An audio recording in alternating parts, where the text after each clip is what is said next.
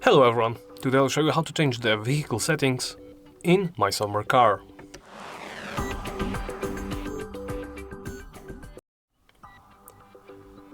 Let's begin by opening the main menu, do so by pressing the escape button.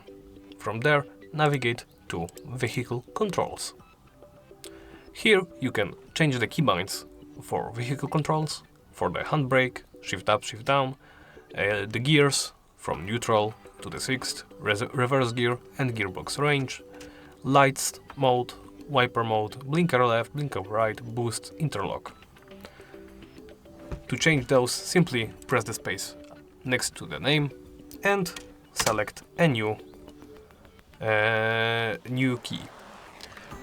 In the settings themselves you can toggle on or off the auto clutch, H shifter, brakes moving, that goes between 0 and 100 and is at 40 by default, throttles moving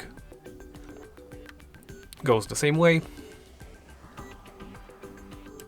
it is 30 by default, clutch bite point goes the same way from 0 to 100, max wheel rotation from 0 to 1000, steering help, and with that enabled there is smoothing and high speed aid.